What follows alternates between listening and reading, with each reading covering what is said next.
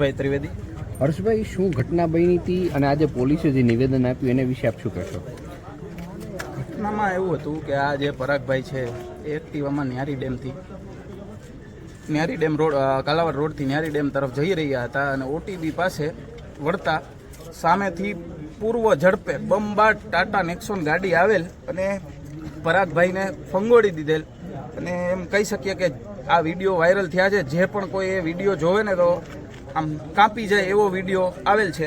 અને ત્યારબાદ ગાડી આગળ જઈને ઊભી રહેલ અને ઊભી રહ્યા બાદ એક હાઇટવાળો ડ્રાઈવર છોકરા સરખો હાઇટવાળો ડ્રાઈવર અને બાજુમાંથી એક છે જાડા સરખો છોકરો ઉતરો અને એ લોકોએ તરત જ ફેરવી અને પાછળથી જે એક આધેડ ઉંમરનો વ્યક્તિ હતો એ આગળ ડ્રાઈવર સીટ ઉપર આવી અને ત્યારબાદ અચાનકથી આમ ફટાફટ ફેરવી અને પછી એ લોકો એવું દર્શાવવા માંગે છે કે ડ્રાઈવર આ પ્રવીણસિંહ હતો।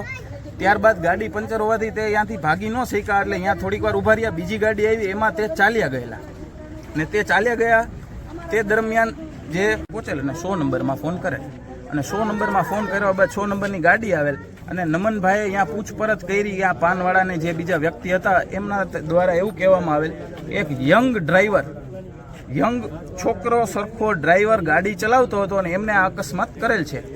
ત્યારબાદ 100 નંબરે એના ફોટા પાડી અને ત્યાંથી ચાલ્યા ગયેલ। ત્યારબાદ નમનભાઈ તાલુકા પોલીસ સ્ટેશન આવેલ ત્યારે તાલુકા પોલીસ સ્ટેશને એસપી ચૌહાણ સાહેબ અને નિલેશભાઈ ચાવડાએ નમનભાઈને એવો કહેલ કે તમે ક્રિશભાઈને અહીંયા બોલાવો।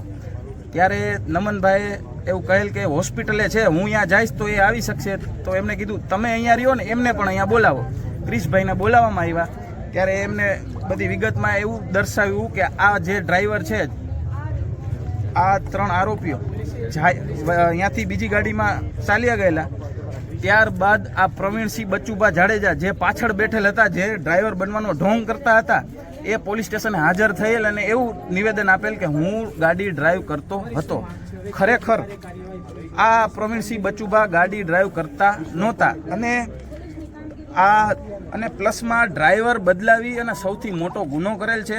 અને એક અમીર બાપના નબીરાને બચાવવા માટે અને એક ગરીબ જે છોકરો છે કે જે 18 વર્ષનો કે જેના બાપ નથી એને ન્યાય ન મળે અને પોતાના દીકરા અને બીજાના દીકરા કાંઈ નહીં, પોતાના દીકરા માટે બધી મહેનત અને બીજાના દીકરા માટે કશું નહીં કરવાનું। અને આ ટોટલી ન્યાય વ્યવસ્થાનું હું એમ કહું છું કે આ બહુ દુઃખની વાત છે કે આવી રીતે ન્યાય માંગવો પડે છે, કેમ કે ડ્રાઈવર બદલી નાખવું એ બહુ મોટી વાત કહેવાય।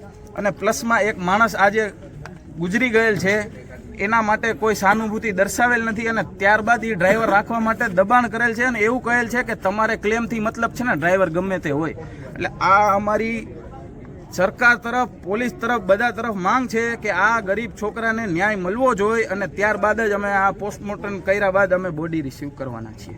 ઓકે, આ ભાઈ ડ્રાઈવર નહોતા ત્યારે પીએસઆઈ એસપી ચૌહાણ અને નિલેશભાઈ ચાવડા એમ કહેલ કે એફઆઈઆર લેવડાવી હોય તો અમે જેમ કહીએ એમ લેવડાવો, બાકી તમારી ફરિયાદ લેવામાં નહીં આવે અને આ પ્રમાણે જ એફઆઈઆર લેવામાં આવશે અને ડ્રાઈવર આ તમારી સામે હાજર છે અને અહીંયા આમાં સહી કરો, દબાણપૂર્વક સહી લેવડાવી। આ લોકોએ ખૂબ જ વિરોધ કર્યો કે આ ભાઈ ડ્રાઈવર નથી, તેમ છતાં એમાં સહી લેવડાવી લીધેલ અને આ લોકોને અહીંયાથી જવા માટે કહેલ।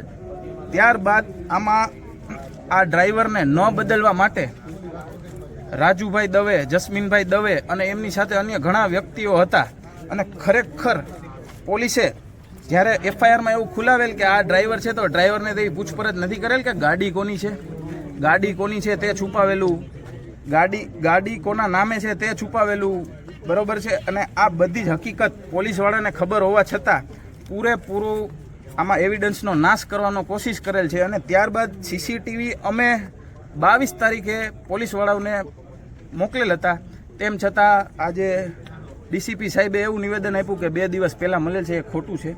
22 તારીખે અમે વોટ્સએપમાં મોકલેલ છે અને એનો